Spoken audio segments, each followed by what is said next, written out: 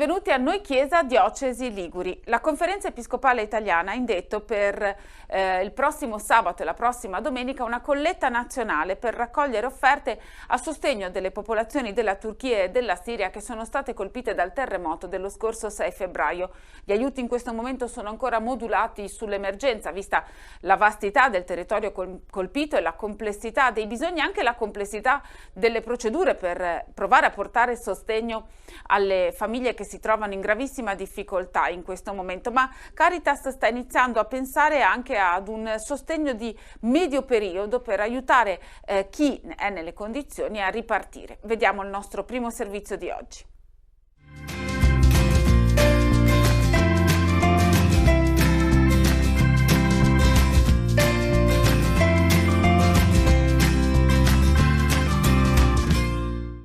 Due paesi con contesti sociopolitici differenti e differenti capacità di risposta ad un'emergenza che si somma a povertà e alla guerra. Per Turchia e Siria Caritas sta strutturando un percorso di accompagnamento e presenza accanto alle persone, specie nella fase di ricostruzione, ma a diverse settimane dal sisma la situazione è ancora di piena emergenza. Per quanto riguarda la Turchia, pensate a una regione enorme, molto vasta, quasi praticamente, se noi pensiamo da Roma a Firenze, quindi dove c'è stata un'enorme distruzione, sono più di 200.000 gli edifici che sono completamente distrutti, 50.000 vittime e tantissimi sfollati, quindi una situazione catastrofica e una presenza di Caritas e di Chiesa comunque di minoranza. Diciamo, la zona colpita risponde alla diocesi dell'Anatolia, quindi nel sud della Turchia, una diocesi dove c'è una Caritas presente che ha visto poi anche i suoi uffici distrutti. Gli operatori, la maggior parte degli operatori che lavora in Caritas ha perso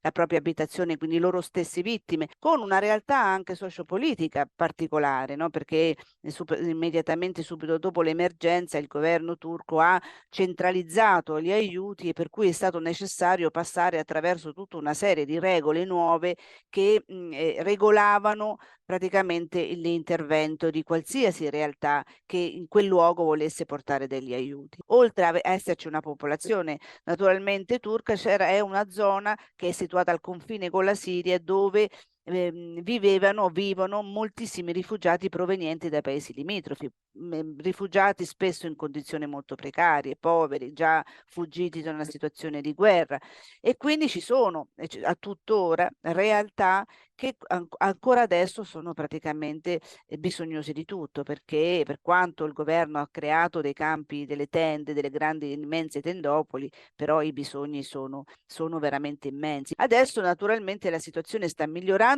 nel termine che c'è un minimo di organizzazione, ma gli sfollati sono tantissimi, per cui lo stesso governo si trova in grande difficoltà nel poter gestire questa emergenza.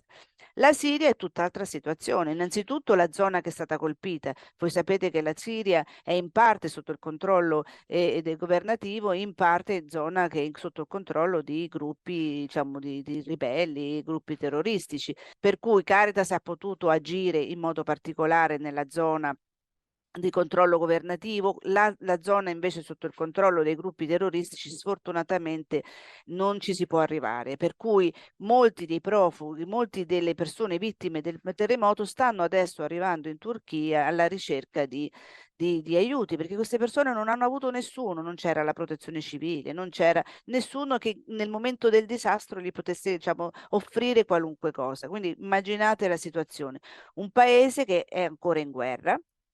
La settimana scorsa il nostro operatore che era lì in Siria ha sentito le bombe perché era ad Aleppo e stavano bombardando l'aeroporto di Aleppo, quindi nonostante il disastro della guerra continua, pensate che solo in Siria quasi il 90% della popolazione vive al di sotto della soglia della povertà, quindi oltre al terremoto ha dovuto aggiungere, diciamo, oltre alla guerra ha dovuto aggiungere, diciamo, le disgrazie del terremoto.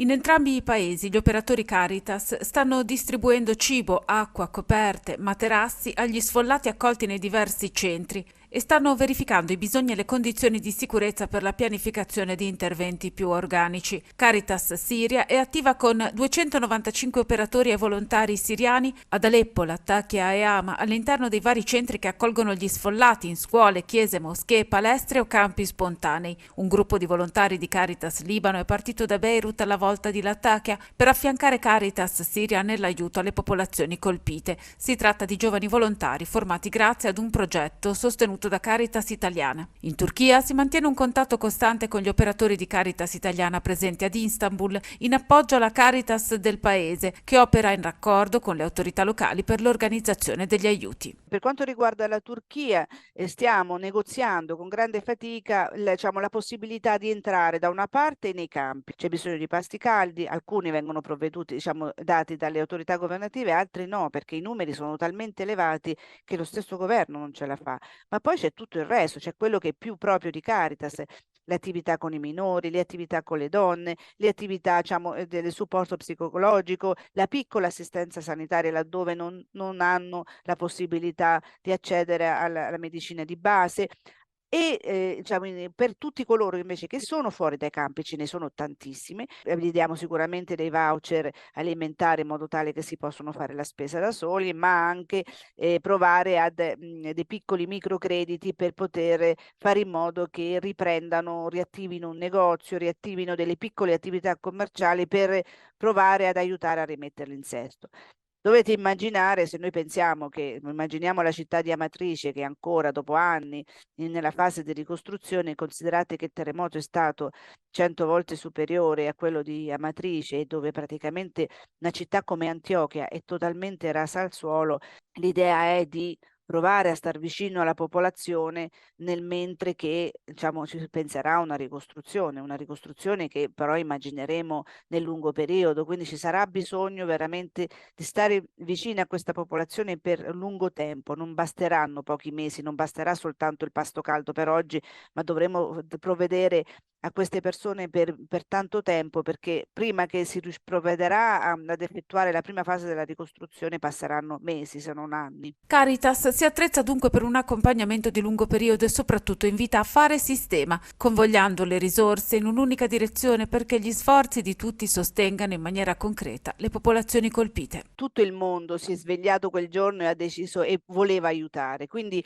c'è stato bisogno non soltanto di dare risposta alle persone in difficoltà, ma cercare anche di rispondere a tutti coloro che volevano dare una mano. Però quello che noi chiediamo è di provare a coordinarsi in modo tale da non appesantire ulteriormente le organizzazioni che sul posto stanno faticando per dare una mano. E in questo caso immaginare per esempio che la risposta immediata più idonea e più necessaria sono le risorse finanziarie, cioè sono i soldi, perché il resto del paese della Turchia è ancora non è stato colpito dal terremoto, perché molte cose si possono acquistare in loco, e perché molte delle vie di comunicazione sono andate distrutte, per cui è molto difficile poter inviare anche generi di prima necessità, vestiario, come molti hanno proposto, e noi abbiamo scoraggiato perché anche la burocrazia non permetteva quindi l'invio di materiali, di beni di prima necessità. Sono arrivati carichi, naturalmente le organizzazioni che si sono mosse sono tante, e quindi abbiamo tanto materiale che va sprecato perché poi non può arrivare a destinazione. Per cui in questo primo momento quello che possiamo fare è raccogliere fondi e inviare fondi. Questo non significa che poi nei mesi successivi, quando appena sarà possibile, non si possa poi organizzare anche delle attività che mettano in collegamento le comunità e che facciano sentire anche l'affetto e la solidarietà che tante persone vorrebbero dimostrare nei confronti di queste persone. Per la prima volta sarà una donna a guidare la Caritas di Savona Noli. Si chiama Monica Siri, è stata nominata dal vescovo Gero Marino e prende il posto di Alessandro Barabino, giunto alla conclusione del suo mandato. Monica Siri è nata il 15 gennaio del 1968, vive a Vado Ligure e ha ottenuto il diploma di ragioniere perito commerciale nel 1987. Dal 2007 lavora alla Fondazione Comunità Servizi, per conto della quale si è sempre occupata di bilanci e della parte contabile. Vediamo.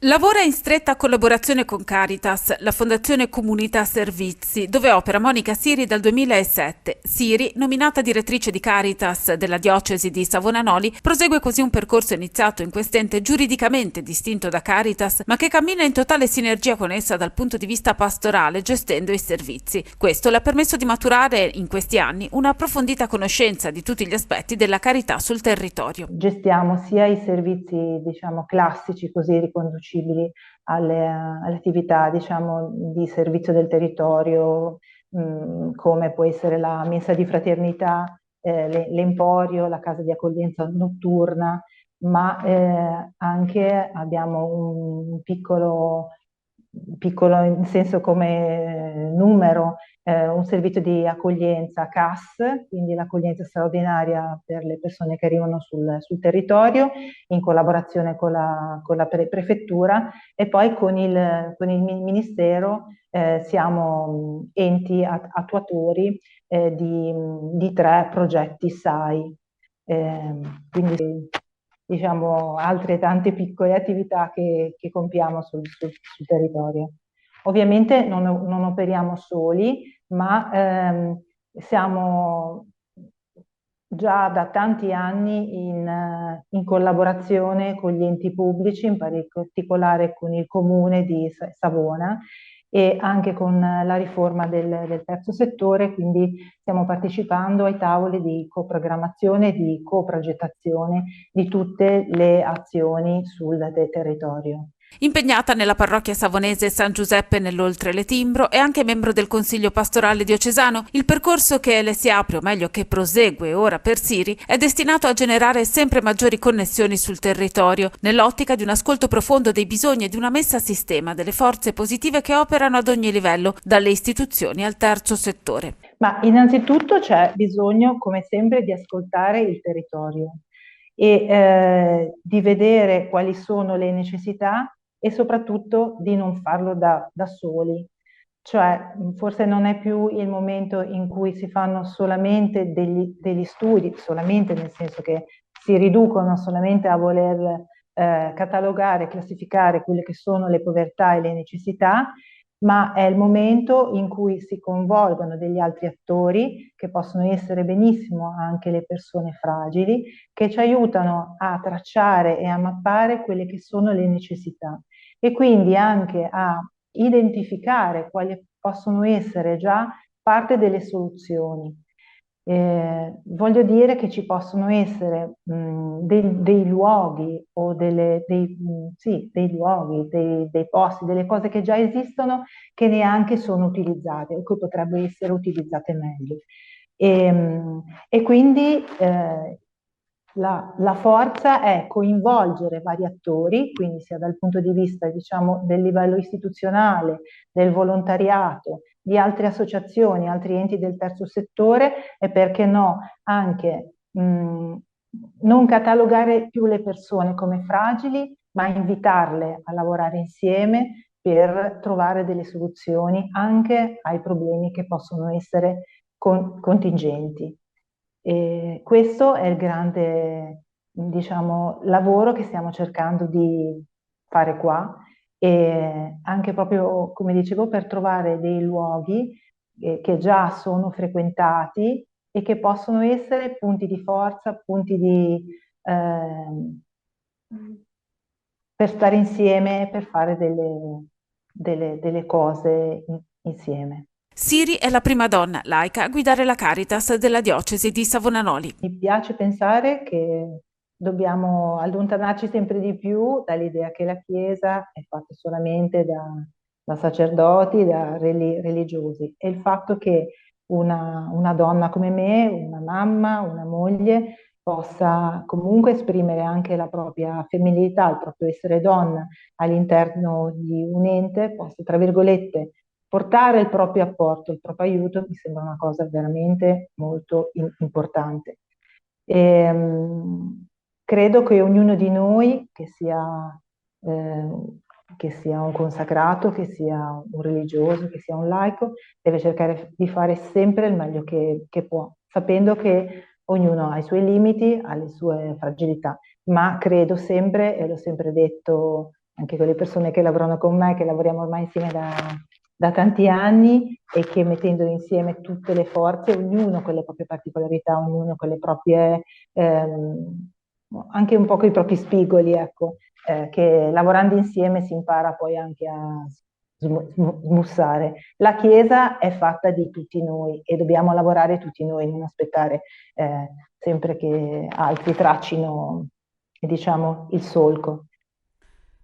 Papa Francesco ha incontrato in Vaticano una parte delle persone che a partire dal 2016 sono state accolte in Italia e in Europa in qualità di richiedenti asilo attraverso i corridoi umanitari che vengono organizzati e predisposti dalla comunità di Sant'Egidio e dalla Federazione delle Chiese Evangeliche. Una iniziativa di carattere umanitario, un'iniziativa di carattere ecumenico che ha portato nel nostro continente tante persone che fuggivano da situazioni di disperazione.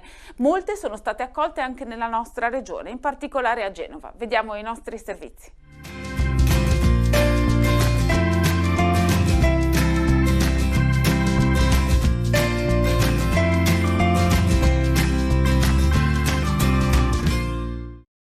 Ci sono le lacrime, c'è il dolore, ci sono i sorrisi di chi è sopravvissuto e ci sono le storie di migliaia di persone che una sola parola, rifugiati, non può contenere. C'è tutto il mondo in Aula Paolo VI per l'incontro del Papa con i rifugiati giunti in Europa attraverso i corridoi umanitari. Sono 6.080 le persone arrivate dal 2016 ad oggi, un'esperienza che di per sé, al di là dell'esito, genera bene. Libano, Etiopia, Libia, Pakistan, Iran, Niger, Grecia e Cipro e in modo diverso l'Ucraina. Sono gli avamposti degli 8 corridoi umanitari da dove inizia la via sicura per arrivare in Europa. Sono arrivati cittadini afghani, siriani, eritrei, congolesi, nigeriani, camerunesi, sudanesi, somali, yemeniti, iracheni e da ultimo gli ucraini. Non si tratta, come pensa qualcuno, dell'ingenuo slancio caritatevole di anime pie o virtuose mosse da un sentimentalismo irrealistico. Noi pensiamo che sia una delle ragionevoli risposte che anche gli Stati dovrebbero adottare a un problema che interpella anche la qualità di quelle democrazie costituzionali fondate sui diritti umani a cui il nostro continente è approvato avendo alle spalle tragedie del tutto simili a quelle che oggi costringono uomini e donne alla fuga. C'è anche il rigido protocollo vaticano che però non può contenere la commozione di chi è stato accolto e di chi ha accolto. እስመይ መስከረም ተስፋዬ ዝመጻ ሁሉ ካብ ሊቢያ ሲኦል. Il mio nome è Mascaram e vengo dall'inferno della Libia. Santo Padre, sono Mattia e sono dalle Marche. Siamo qui in rappresentanza delle famiglie che non hanno avuto paura di aprire le loro porte e fare accoglienza. E poi ci sono le parole del Papa che sottolinea che i cristiani sono insieme in questa avventura al di là della confessione e che l'accoglienza è un impegno concreto per la pace. Il lavoro che voi fate individuando, accogliendo persone vulnerabili cerca di rispondere nella maniera più adeguata a un segno dei tempi. Grazie. L'abbraccio del mondo diventa visibile alla fine nella preghiera al Padre Nostro, recitato ciascuno nella propria lingua. Dacci oggi il nostro pane quotidiano. Ma è stato un momento molto bello, innanzitutto eravamo, una cosa bella che era un po' questo popolo confuso nel senso che si confondeva chi è stato accolto e chi ha aperto le porte della sua casa e anche del suo cuore in questo abbraccio che sono appunto i corridoi umanitari, ecco. E questa penso è la cosa che ha anche sottolineato il Papa, davvero che il Papa avrebbe dovuto leggere un testo, come sempre in questa occasione, eravamo nell'aula, nella sala Nervi, quindi 7.000 persone presenti, poi il Papa ha un po' letto qualcosa, poi a un certo punto ha un po' tagliato tutto, è andato a braccio, ha detto poche cose e poi come a sottolineare l'aspetto che lui ha voluto proprio incontrare queste persone. Quindi la cosa bella era questo popolo come dicevo prima, è questo Papa che incontra, che vuole scendere tra la gente, che tocca, che parla. Un'immagine, devo dire, anche personalmente mi sa molto evangelica. Vedevo molto Gesù in mezzo alla folla, in mezzo alla gente, nella Galilea. Mi sembrava una pagina di Vangelo che vedevo con i miei occhi, ecco. Quindi questo Papa che prende in braccio i bambini, che scherza con loro, quindi 40 minuti a incontrare queste persone. Mi è sembrato un segno bello, ovviamente per noi, ma credo molto di più, e ce l'hanno anche detto, per quelle persone che hanno fatto quei viaggi terribili, perché noi li abbiamo trovati non in Afghanistan, ma li abbiamo trovati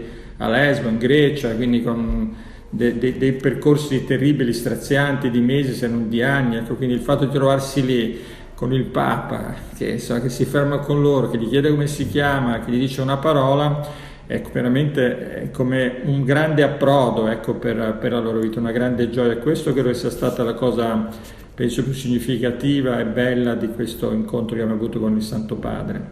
Cosa sono questi corridoi umanitari intanto? Allora, i corridoi umanitari sono stati avviati dalla comunità di Sant'Egidio nel 2016 come risposta alla situazione sempre più drammatica della rotta mediterranea, ecco, diciamo che si cominciava a capire l'entità delle persone che purtroppo non riuscivano ad approdare, ad arrivare, e quindi di conseguenza i naufragi, non ultimo quello di Cutro, che rievidenzia l'importanza di questi appunto corridoi umanitari, che sono fatti, ci tengo a sottolinearlo, insieme alla Chiesa evangelica, alla Tavola Valdese, quindi sono anche un'esperienza ecumenica. Poi se mai c'è tempo ritornerò su questo. I corridoi umanitari sostanzialmente sono un accesso attraverso una via legale per poter arrivare in Italia. Sono persone che noi troviamo nei campi profughi di alcune realtà del Mediterraneo, poi se ne parliamo un attimo, e sono persone che fuggono da situazioni di guerra e quindi hanno diritto effettivamente alla domanda di rifugiato, ecco. Quindi attraverso canali sia col Ministero degli Esteri che dell'Interno hanno l'autorizzazione a giungere sul territorio italiano e poi a effettivamente fare domanda, richiesta di asilo. L'ultima cosa che dico rispetto a questo aspetto è quello che tutto questo è gratuito, perché lo Stato italiano non spende niente, perché sia il viaggio che poi tutto il percorso di integrazione nelle diverse realtà che accolgono questi profughi è totalmente a carico appunto delle persone che ospitano, e il viaggio appunto delle chiese evangeliche, della Tavola Valdese e anche della Chiesa italiana, che ultimamente attraverso la Conferenza Episcopale Italiana ha dato una mano ad aumentare questo flusso di persone provenienti proprio da situazioni, come sappiamo, veramente terribili, ecco. Quali sono i criteri per ricevere questo tipo di protezione e arrivare in Italia attraverso corridoi umanitari? Sì, noi siamo attualmente presenti con persone della comunità di Sant'Egidio in 8 campi profughi, in Libano, in Etiopia, in Libia, in Pakistan, in Iran, in Niger, Grecia e Cipro. Ecco. E lì noi valutiamo le persone sostanzialmente che sono più a rischio, che hanno delle situazioni di fragilità all'interno del nucleo familiare, o hanno delle persone disabili, ad esempio fossero anziani piuttosto che adulti o anche minori, oppure persone di fragilità legate a malattie, ecco.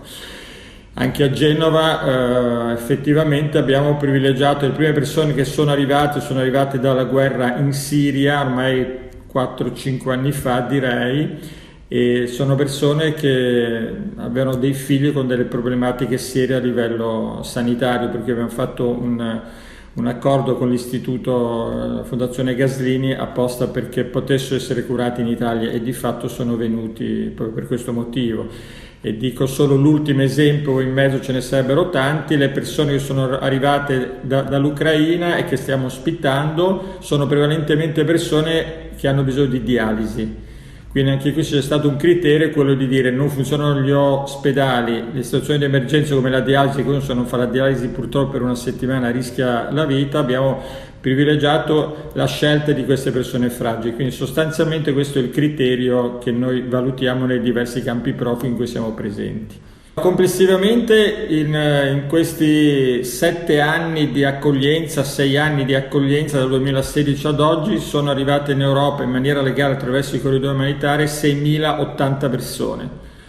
A Genova ne sono arrivate una cinquantina in questi anni, attualmente sono una 25-30 persone, ecco. Sono persone che vengono prevalentemente, quelle di Genova prevalentemente dalla Siria, dall'Eritrea, dal Camerun, direi sostanzialmente, questa, a parte la realtà ucraina però, che è una situazione un po' per qualche modo diversa, ecco. Quindi sono persone che come dappertutto, perché la cosa secondo me bella di questi corridoi umanitari è che non vengono messi tutti in una struttura, centinaia di persone, in un hub, ecco, ma vengono allargati, sparpagliati, diciamo, sul territorio. Questo permette un'integrazione capillare, perché se tu mangi una famiglia in una cittadina, l'altra in un'altra, è chiaro che c'è la possibilità di integrarli di più, per cui il lavoro che si fa con queste persone è proprio un lavoro di integrazione che inizia ovviamente dall'insegnare la lingua, perché la prima chiave per aprire la porta in una realtà nuova dentro la quale ti trovi è quello di sapere la lingua. E poi sono tutte quelle pratiche burocratiche, dai permessi di soggiorno alla residenza, all'iscrizione anagrafica, al medico di base, e per i minori ovviamente l'inserimento nella scuola, ecco. E poi nella seconda fase questa integrazione diventa più piena nella misura in cui effettivamente si riesce a trovare dei lavori. Adesso ne abbiamo delle persone nei corridoi umanitari che sono completamente autonome perché hanno trovato lavoro da sacrestano in una chiesa a chi si è messo su un negozio di parrucchiera, a chi fa le pulizie nelle case o in ditte di pulizia, a chi fa badante. Quindi è una realtà che dopo i primi passi effettivamente di integrazione sulle cose base, poi si prova ad aiutarli ad avere un'autonomia legata appunto al fatto che loro soggiornano qua, e quindi è chiaro che bisogna che in qualche modo, usiamo un'espressione un po' così nostra, devono camminare con le loro gambe, ecco. Ora andiamo a Tortona, perché i sacerdoti della diocesi si sono incontrati per la prima assemblea diocesana del clero, che sostituisce ed amplia il consiglio presbiterale, una forma di comunione, di partecipazione e di ascolto reciproco.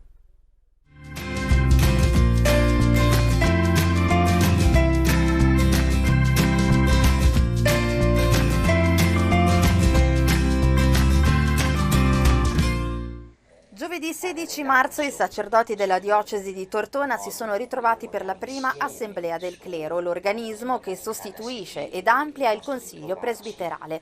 L'assemblea del clero è iniziata con la preghiera dell'ora media recitata nella Basilica Madonna della Guardia di Tortona, e poi ci si è spostati nei locali del centro Mater Dei per continuare i lavori.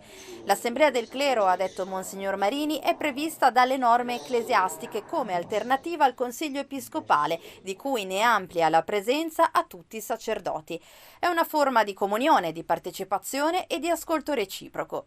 Il vescovo infatti ha fatto riferimento alla necessità di ascoltare la voce del Signore. È questo che vogliamo fare, ha continuato Monsignor Marini. Il Signore infatti parla alla Chiesa, la nostra. Questa voce la si ascolta incontrandosi tutti insieme. Nella prima riunione sono state affrontate alcune tematiche relative alla vita della diocesi, oltre alle linee guida per la celebrazione delle esequie e dei matrimoni spiegate dall'ufficio liturgico diocesano. Dopo l'intervento di Monsignor Marini è stata data la parola ai sacerdoti e sono state date indicazioni su alcuni temi di carattere amministrativo.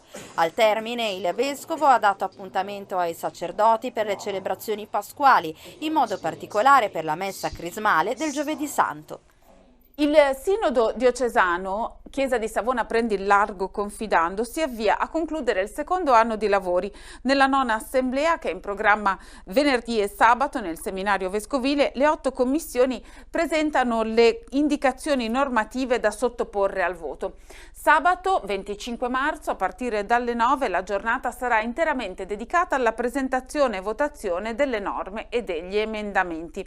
Ma restiamo a Savona, perché dopo 7 anni torna la processione del Venerdì Santo, un evento tradizionale legato alla fede e alla devozione popolare che viene organizzato dal Priorato Generale delle Confraternite di Savona Centro, già esistenti nel XIII secolo e proprietarie delle 15 casse lignee che compongono il suggestivo corteo sacro.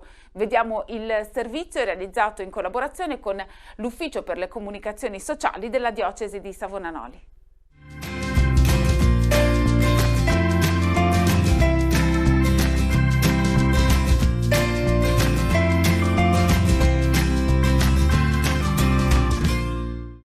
Solitamente la processione del Venerdì Santo a Savona si svolgeva negli anni pari, ma nel 2023 era forte il desiderio di proporre nuovamente questo grande evento di fede e tradizione, e così la processione ci sarà sotto l'egida organizzativa della confraternita Nostra Signora di Castello, che apre e chiude il corteo sacro con la croce di passione e l'arca della Santa Croce. Qual è ovviamente l'importanza del ritorno di questa manifestazione dopo tanti anni di assenza?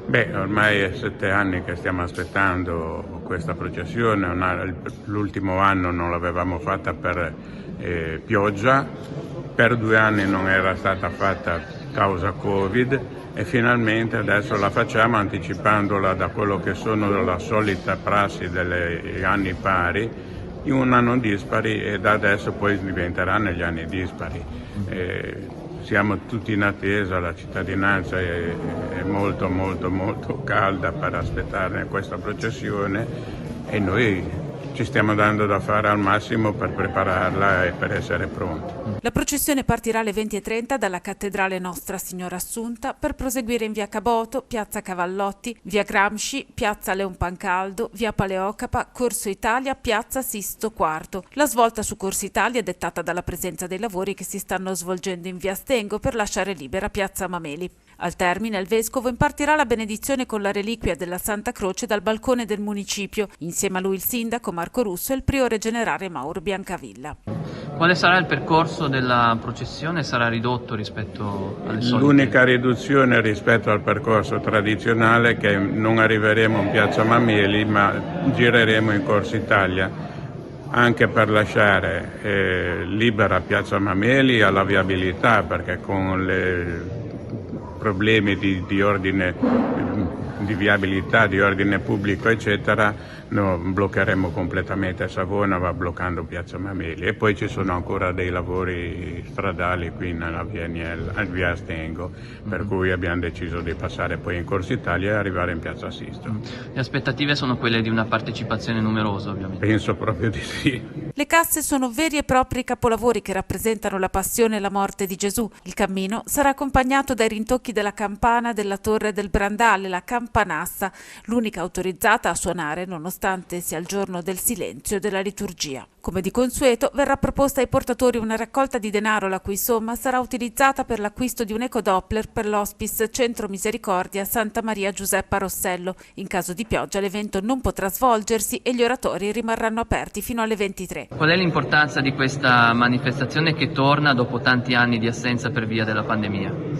Questa è una manifestazione al quale i savonesi sono molto legati, perché è una tradizione importante, fondante per la città, che racconta la sua storia, racconta la sua tradizione, ma racconta anche la potenza che può avere l'arte, come collante, no? Anche delle tradizioni. Quindi è un onore, un piacere oggi essere qui per questa grande rinascita. Dopo la festa patronale, che è un evento tradizionale, torna anche la processione del Venerdì Santo, insomma un periodo di grandi eventi per la città. Sì, un periodo di grandi eventi con questo filo conduttore che è la spiritualità, non dimentichiamocelo, perché è vero che sono grandi eventi, ma è vero che raccontano della nostra fede, no? E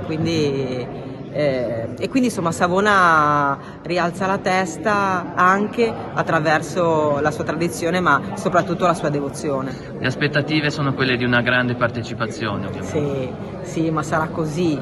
Le aspettative sono certa che saranno assolutamente, come dire, ricompensate, perché questa è davvero un evento che la città aspetta, e la sua forza è che mette insieme proprio tutti, no? Tutte le età, anche tutte le culture, nel senso che questo è veramente un qualcosa che unisce tutti, ecco. Arriva al cuore di tutti. E sempre riguardo a questo ricordiamo che sabato 25 marzo alle 20:45 al Circolo Arci 1000 Luci in via Gabriello Chiabrera 4 a Savona si terrà la proiezione di filmati e testimonianze sulla processione del Venerdì Santo. È una iniziativa promossa dal Priorato Generale delle Confraternite di Savona Centro e dal Comitato Periferia Leggino, Lesenta Ciavrea, Società Fratellanza Legginese, e coordinata da Ugo De Crescenzo e Angelo Poggio. Ora andiamo a Genova, dove suora Alessandra Smerilli ha presentato Il nostro pane quotidiano, un libro che è stato scritto da una parte degli oltre 2000 giovani che hanno partecipato ad Economy of Francesco, il forum internazionale su temi di carattere economico che ha coinvolto negli ultimi anni ragazze e ragazzi provenienti da ogni angolo del pianeta, in particolare online durante la pandemia e poi anche in presenza ad Assisi. Una parte delle riflessioni che sono state condotte nei 12 forum tematici di The Economy of Francesco sono confluite in questo libro. Francesca Di Palma, della redazione genovese del Cittadino, ha realizzato però una lunga intervista che spazia con suora Alessandra Smerilli su diversi temi che riguardano la vita della Chiesa oggi. Vediamo insieme la lunga intervista che Francesca ha realizzato per noi.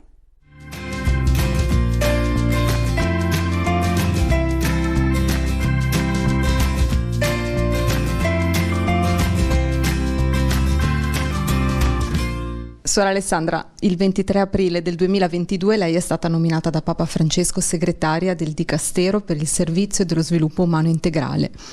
Di che cosa si occupa questo Dicastero e anche qual è il suo ruolo? Questo Dicastero è un Dicastero che Papa Francesco ha voluto come fusione di 4 entità precedenti: il Pontificio Consiglio per gli Operatori Sanitari, Giustizia e Pace, Corunum e Migranti e Rifugiati. E quindi ne assume le competenze, ma in realtà è qualcosa di nuovo. È voler essere a servizio del Papa, chiaramente, di tutte le chiese locali rispetto ai temi dello sviluppo umano integrale, espressione in qualche modo che attribuiamo a Paolo VI, sviluppo per tutti e in tutte le dimensioni.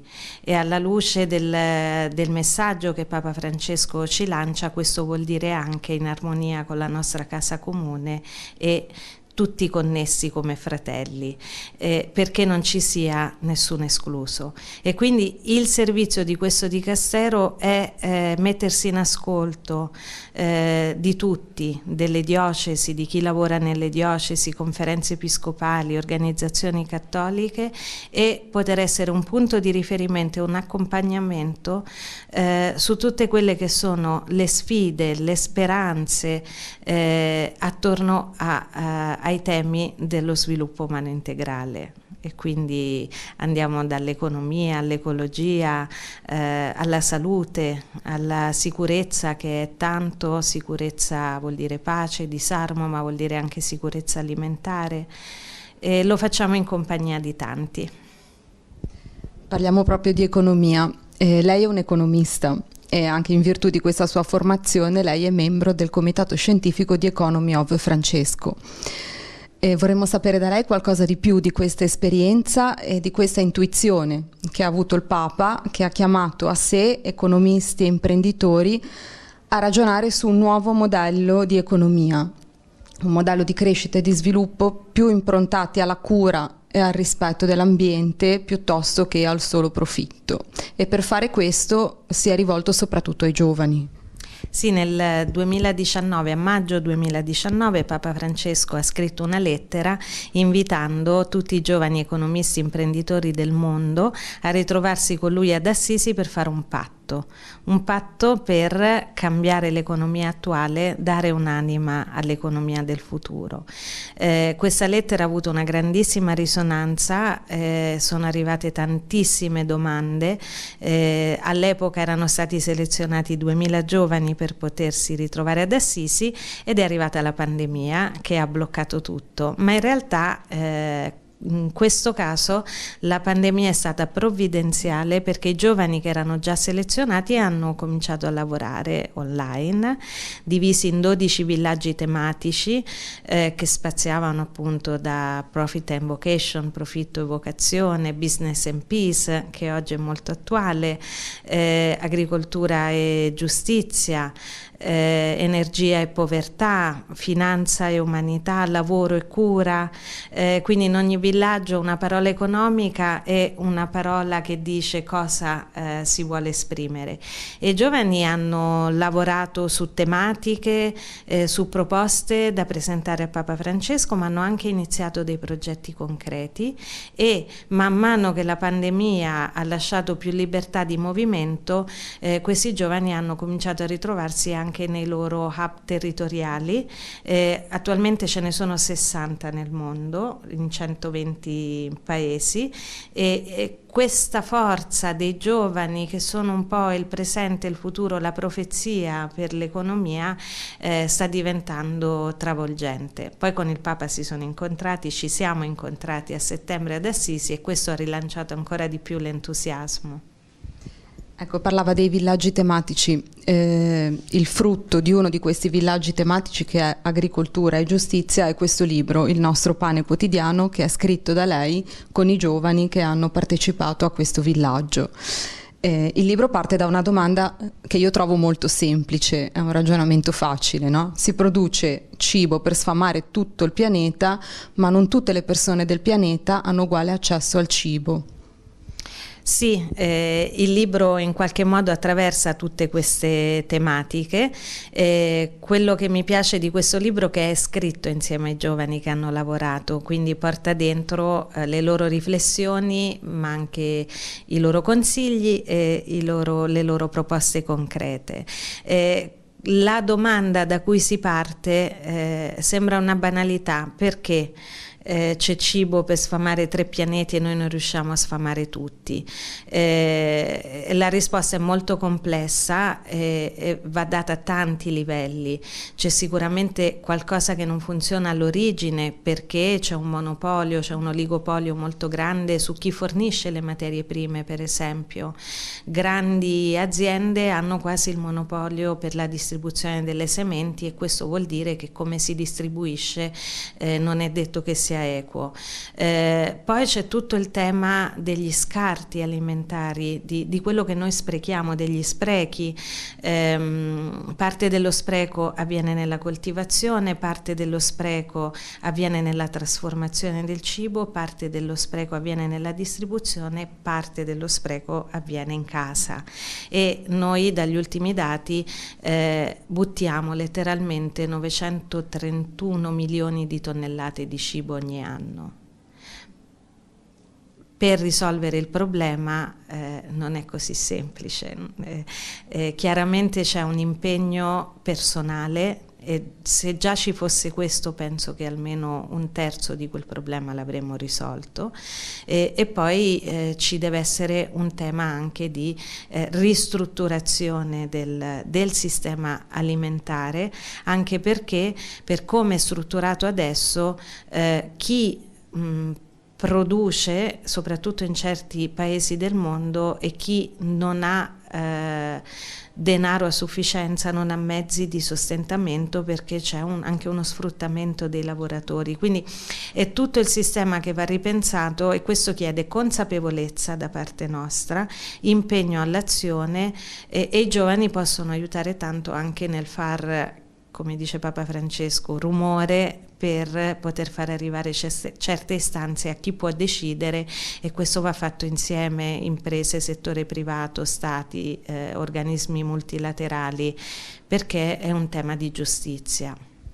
Ecco, venendo alla responsabilità di ciascuno, c'è una parte, l'ultima parte del libro, che in maniera molto semplice, io direi, chiama un po' ciascuno all'azione, all'assunzione proprio di responsabilità, partendo dalle scelte, come dicevamo anche prima, individuali all'interno anche delle nostre case. Di che cosa si tratta? Sono consigli che i giovani stessi danno per comprendere tutto quello che si può fare, se abbiamo in mente dall'inizio alla fine il processo anche alimentare, e quindi dall'acquisto al riciclo degli alimenti c'è tanto che ciascuno di noi può fare.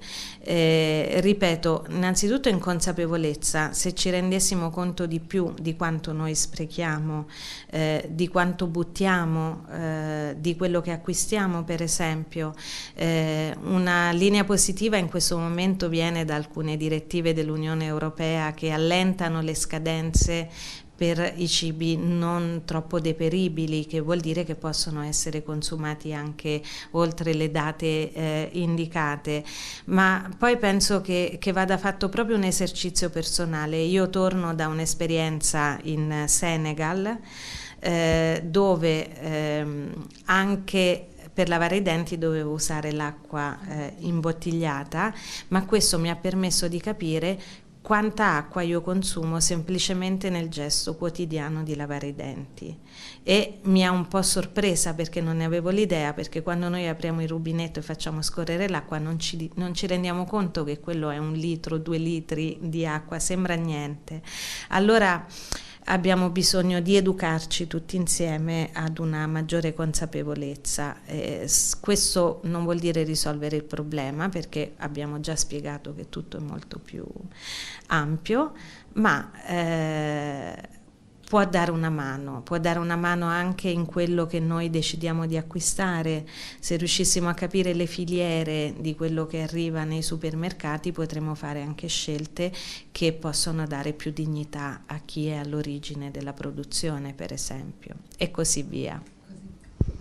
Parliamo di giovani. Lei è una suora salesiana che è sempre stata a contatto con i giovani. Pochi giorni fa era qua a Genova di nuovo in occasione dei 150 anni di presenza salesiana a Genova. L'Opera Don Bosco a Genova è proprio un'istituzione, è veramente un caposaldo della formazione che ha formato ed educato migliaia di giovani genovesi.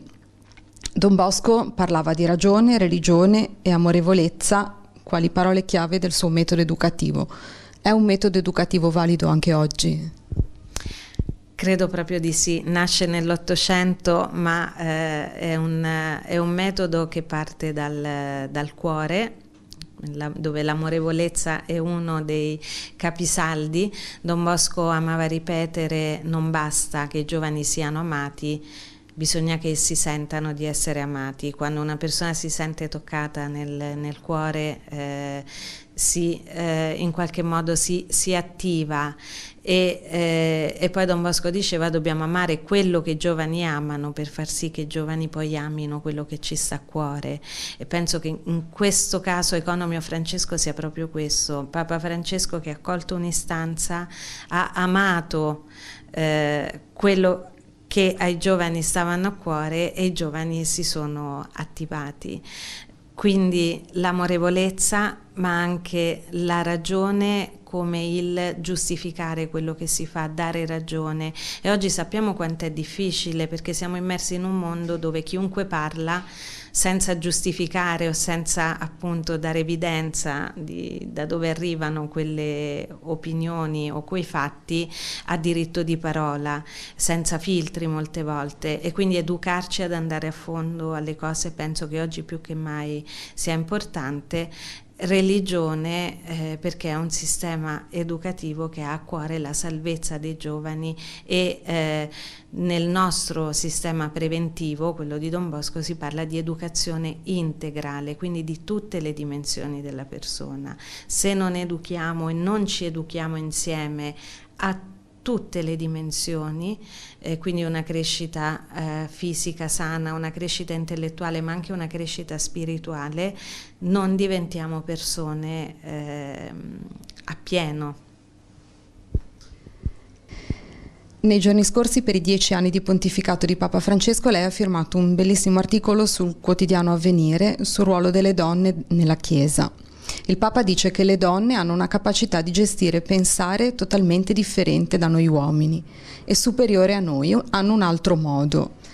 E aggiunge: lo vediamo in Vaticano, dove abbiamo messo donne, subito la cosa cambia e va avanti.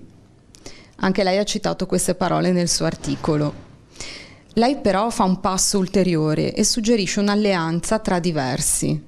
in cui le donne possono dare un contributo decisivo, naturalmente nell'ottica del servizio e della corresponsabilità.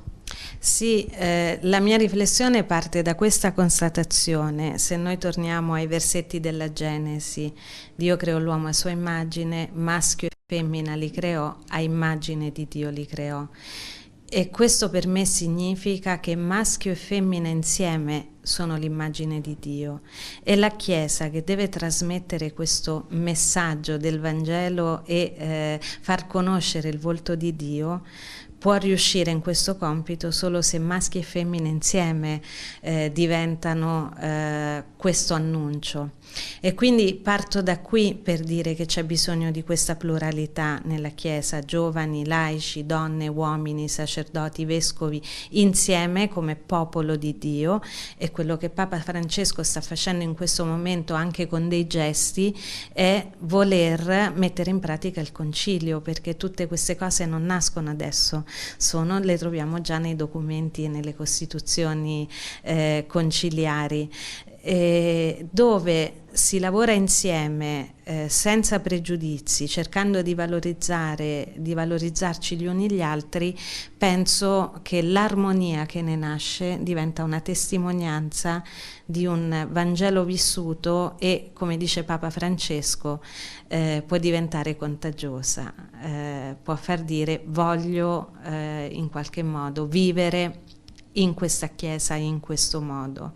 E quindi io mi auguro che si possa continuare sulla scia di Papa Francesco a coinvolgere sempre più laici e donne lì dove magari anche solo per tradizione o per mancanza di consapevolezza tutto questo non è avvenuto finora, nel rispetto dei ruoli, ma con un voler camminare insieme. Questo è il concilio, il popolo di Dio che cammina insieme sotto lo sguardo di Dio e che annuncia con la parola e con l'esempio.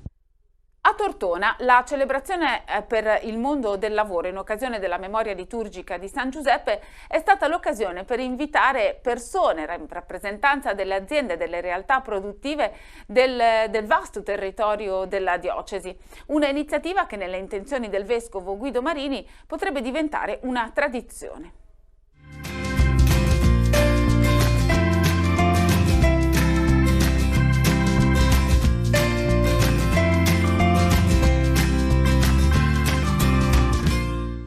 Il vescovo di Tortona, Monsignor Guido Marini, lunedì 20 marzo ha incontrato il mondo del lavoro nel corso della Santa Messa nella solennità di San Giuseppe. È stata la prima occasione in diocesi in cui venivano convocate in cattedrale tutte le rappresentanze delle aziende operanti nel territorio diocesano, un'occasione che, ricordando la sua esperienza da sacerdote nella diocesi di Genova, vuole diventare una tradizione annuale, come ha detto il vescovo più volte nel corso della celebrazione eucaristica.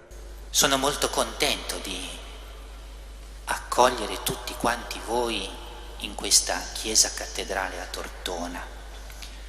Desideravo che si potesse iniziare quella che spero possa diventare una consuetudine, un incontro annuale con il mondo del lavoro di Tortona e della nostra diocesi. Io vengo da una realtà, molti di voi lo sanno, che è quella di Genova, e a Genova, fin da sacerdote giovane e poi avanti negli anni, ho appreso la bellezza di un rapporto molto stretto tra Chiesa e mondo del lavoro. Ed è anche per questo che porto con me una eredità che sarei contento potesse in qualche modo mettere radici anche in questa bella chiesa tortonese. È stata l'occasione per riflettere anche sul mondo del lavoro, ricordando quanto sia da sempre importante il rapporto costante tra la Chiesa e il mondo del lavoro. Il lavoro può dare tanto alla Chiesa, perché la Chiesa ha da ascoltare il mondo del lavoro, ha da apprendere dal mondo del lavoro, può capire gioie e dolori, fatiche e speranze, progetti, desideri, piani, insuccessi. Ha tanto da apprendere, perché il lavoro parla dell'uomo e parla dell'uomo oggi in questo nostro tempo. D'altra parte è anche vero che la Chiesa ha da dare al mondo del lavoro. Una parola nella fede che è luce, sostegno, speranza. Certo, non ha delle soluzioni tecniche da offrire ai problemi del mondo del lavoro, ma ha quella parola che ricentra sempre sul primato della persona i problemi del mondo del lavoro. E penso che questa alleanza, dunque, lavoro-Chiesa, possa essere davvero fruttuosa e per la Chiesa e per il mondo del lavoro. Siamo qui per pregare nella solennità di San Giuseppe. Desideriamo pregare per tutto il mondo del lavoro, per tutti i lavoratori e lavoratrici. Però vogliamo anche pregare in questo momento, in questa celebrazione, per coloro che il lavoro non ce l'hanno, per coloro che il lavoro l'hanno perso, per coloro che vivono l'ansia di una precarietà sul lavoro e anche per tutti coloro che sono morti sul lavoro. Ecco, la nostra preghiera salga al Signore con queste intenzioni. In conclusione torniamo a Savona perché la diocesi e il complesso museale della cattedrale Cappella Sistina organizzano un corso di formazione dedicato alle antiche chiese savonesi che è rivolto a docenti e studenti delle scuole superiori e viene guidato da Aureliano De Raggi, direttore dell'ufficio per la pastorale scolastica diocesano ed è patrocinato dall'ufficio scolastico regionale della Liguria. Il primo incontro si è tenuto martedì 21 marzo, il secondo si terrà lunedì 3 aprile nel liceo Chiabrera Martini. Si parlerà dei cicli pittorici nelle chiese e negli oratori savonesi con la storica dell'arte Rosalina Collu e si parlerà ancora degli arredi liturgici e di qualità nelle chiese savonesi con l'omologa Maga Tassinari. Terminiamo così questo appuntamento settimanale con Noi Chiesa Diocesi Liguri. Grazie per averci seguito, ci rivediamo la prossima settimana.